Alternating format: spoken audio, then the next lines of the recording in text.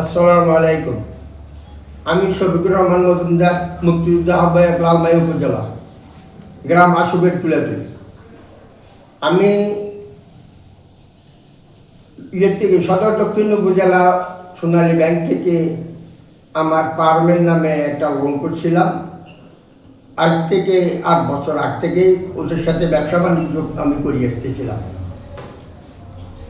গত 3 মার্চে আমি ম্যানেজার সাহেবের সাথে পরামর্শ করতে শুরু করি যে আমার লোনটা দীর্ঘদিন ধরে পড়ে আছে, আমার টাকাটা নিয়ে আমারে আবার লোন রিনিউ করে দেন। উনি বললেন যে ঠিক আছে, আপনি আপনার টাকাটা পরিশোধ করেন, আমি যাব, দেখব, দেখাশোনা করার পরে আপনি পাওয়ার বুঝি দিয়ে আমরা দিয়ে দেব।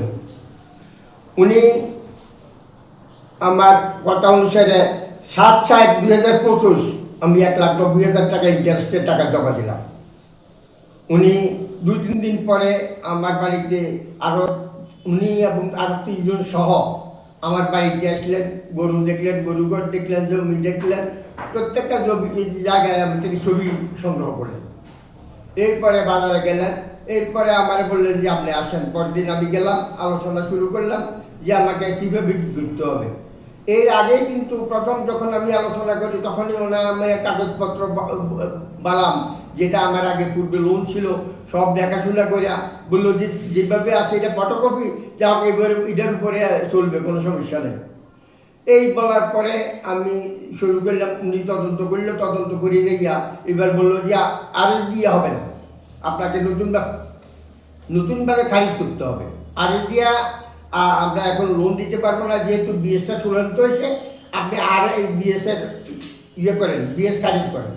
আমার বিএস খারিজ করতে 15-20 দিন সময় গেল। আমি খারিজ করি যখন এই গরুর লাইসেন্স সহ দাখিলা সব জমা দিলাম। জমা দেওয়ার পরে উনি বিভিন্নভাবে এই পায়চারা করা শুরু করলো। আজকে এই সমস্যা, কালকে এই সমস্যা, আজকে এই হচ্ছে, কালকে এই হচ্ছে, বিভিন্ন কথা বলে। ওনার কথায় আমি স্যাটিসফাই দিতে পারিনি। আমার দিক থেকে যে কাগজ নিলেন, জমি জামার, গরুর ফার্মের লাইসেন্স প্লাস এই দাখিলা, খারিজ খতিয়ান, এগুলা রিনিউ করতেছে না, উনি ঘুরাঘুরি করতেছেন। তারপরে এরপরে আমি এই বাধ্য হইলাম, আমি আমার জেলা কমিটির শরণাপন্ন হইলাম। বললাম যে আমি তো এই সমস্যা আছে, আমরা রিজিয়নের সাথে একটু কথা বলি। ওনারা এক বাক্যে আমার জেলা আহ্বায়ক, সদস্য সচিব, যুগ্ম আহ্বায়ক সহ আমরা 5 জন ডিজিএম সাহেবের শরণাপন্ন হই। ডিজিএম সাহেবের সাথে এই বিষয়টা অবহিত করি। অবহিত করার পরে ডিজিএম সাহেব বললো যে ঠিক আছে, আমাদের কথা আমি শুনছি, আপনি কালকে আসেন। আমি ওনাকে বিকেলে ডাকা এনে ওনার সাথে কথা বলবো, কথা বললে কী হয়েছে আমি জানবো। এরপরে উনি এরপরের দিন আমি দরজাতে ঢুকতেই এক পা ওনার রুমে দিছি। এটাই উনি কয় যে চাচা, আপনি এখানে আসে লাভ হবে না, উনি এটা লোন হবে না, আপনাকে আমি কিছু করতে পারবো না। আপনার এই কথায় আমি ক্ষুব্ধ। উনি একজন ডিজিএম, আমি একটা ব্যক্তি, যাই হই, আমি মুক্তিযোদ্ধা বা পাবলিক, ওনার স্বর্ণাপন্ন হয়েছি, আমাকে বসার কথা তো দূরের কথা, উনি বললো যে এখানে আসে লাভ হবে না, আপনি অন্যত্র ব্যবস্থা করেন। এই দিন দিন ওদের আচরণে মানে বিব্রত অবস্থা বোধ করতে লাগলাম। পরে আমি মাননীয় এমডি মহোদয়ের শরণাপন্ন একখানা দরখাস্ত যাই। দরখাস্ত নিয়ে যখন আমি সশরীরে যাই, এমডি মহোদয়ের পিএ আমার সাথে যা তা ব্যবহার করে, যেখানে আসেন কেন, আপনাদের এখানে কি, এই বলে অনেক কথা বললো যে এমডি মহোদয় আজকে নাই, উনি কোথায় মিটিংয়ে চলে গেছে, আপনি চলে যান। আমি ওনার কাছে দরখাস্ত দিয়ে চলে আসলাম। দীর্ঘদিন অপেক্ষা করলাম। দীর্ঘদিন অপেক্ষা করার পর কোনো পাইলাম না। এরপরে 18/12/2025 ম্যানেজার একটা চূড়ান্ত নোটিশ পাঠাইল আমার। আমি বললাম যে মনে কইতেছি যে ম্যানেজার প্রতিপক্ষ, উনি আমাকে চূড়ান্ত নোটিশ পাঠায় কীভাবে? আমি তো একটা শুনলাম মাননীয় এমডি মহোদয় বরাবর, মাননীয় এমডি মহোদয় ব্যবস্থা করবে অথবা জেলাতে কেউ ব্যবস্থা করবে, কিন্তু যিনি আমার প্রতিপক্ষ উনি আমাকে চূড়ান্ত নোটিশ দেয় কীভাবে? এটা কী করে সম্ভব?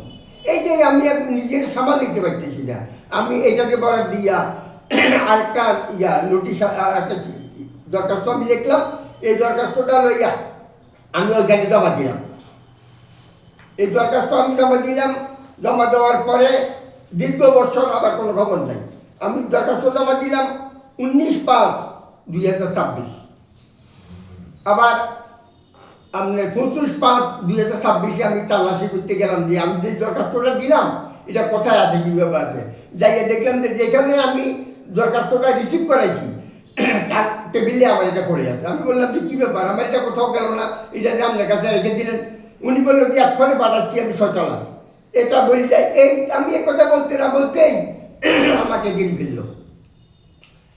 এমপি মহোদয়ের পিএ, এজিএম একজন, ডিজিএম একজন, একবার এজিএম সাহেবের রুমে নেয়, একবার ডিজিএম সাহেবের রুমে নেয়, আবার বিয়ের রুমে নেয়। আমার একটা এর মধ্যে বিব্রতকর অবস্থার মধ্যে পড়ে গেলাম। কি আসলাম আমি এমপি মহোদয়ের সাথে কথা বলবো, ওখানে যাওয়া যাবে না। আপনি এখানে তো আপনারা আমাদের সাথে আলোচনা করতেছেন যে আমি তো দরখাস্ত দিচ্ছি, দরখাস্ত তো সব কিছু লেখা আছে, আমরা আমার সাথে ইয়ে করতে, শুধু ম্যানেজারের সাথে কথা বলে, শুধু ম্যানেজারের সাথে কথা বলে।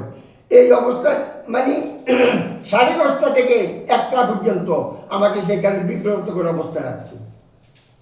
সব শেষ, তাদের এই অবস্থা দেখি আমার কাছে কেমন একটা মনে হয়েছে যে আমি কোথায় আসলাম। এটা একটা স্বাধীন কাজ বলে আমার কাছে প্রচুর মনে হয়নি। মানবিকর পরিবেশ হয় ভয় করিয়া আমি 1টার পরে এখান থেকে বেরিয়ে চলে আসলাম। এই যে আসার পরে এই আজকে পর্যন্ত আমি কোনো জবাব পাইনি। একটা স্বাধীন দেশ, ওদের আচরণে আমি ক্ষুব্ধ, যেটা মাননীয় এমপি মহোদয় যদি ওদেরকে একাত্র করি আমাকে ওইখানে ডাকে, আমি বিস্তারিত ওদের সামনে আমি প্রমাণ দিতে পারবো। একজন একজন করি আমি ওদেরকে কে কী করছি আমি প্রমাণ দিতে পারবো। আমি এই অপেক্ষায় আছি। আমি বাংলা স্বাধীনতার বিরুদ্ধে না, আমি সম্মানজনকভাবে যেটা চাইছি তা হয়নি। আমি সম্মানজনকভাবে একটা সমাধান চাই। আমার প্রতি এহেন অবিচার কেন হইল, আমার প্রতি এহেন অবিচার কেন করলো? আমি তো এমপি মহোদয়ের কাছে যাওয়ার অধিকার কি আমার নাই? আমাকে সেখানে থেকে বারবার বারণ করলো কেন? আমাকে উত্তপ্ত করলো কেন? এই বিষয়গুলা ওই মাননীয় এমপি মহোদয়কে জানার জন্য, বোঝার জন্য আমি ব্যবস্থা দিতে বাধ্য হয়েছি। ওদের আচরণ, আপনার কোনো সরকারি কর্মচারীর প্রতি আচরণ আমি সন্তুষ্ট হতে না পাইয়া, আপনার কাছে যাওয়ার সুযোগ না পাইয়া আমি বাধ্য হয়েছি সাংবাদিক সম্মেলন করি এই বিষয়টা যাতে আপনার নগদর ফোনে যায়, আপনি যাতে এটার একটা বিহিত ব্যবস্থা করতে পারেন। আমি আপনার বাইরে কোথাও যাওয়ার পক্ষে না। বাংলাদেশে অনেক প্রশাসন আছে, আমি বলতে পারি, যাইতে পারি, পাঠাইতে পারি, কিন্তু যেহেতু আমি আপনার কাছে দিছি, আমি আপনার কাছে এটা সুষ্ঠু সমাধান চাই। আমার অপরাধ হইলে আমার অপরাধ কথা, আমার বিচার করার ক্ষমতা তো আছে। আমি অপরাধের বিচার মানতে দিয়েছি। আমি মুক্তিযুদ্ধে এটাই যথেষ্ট নয়।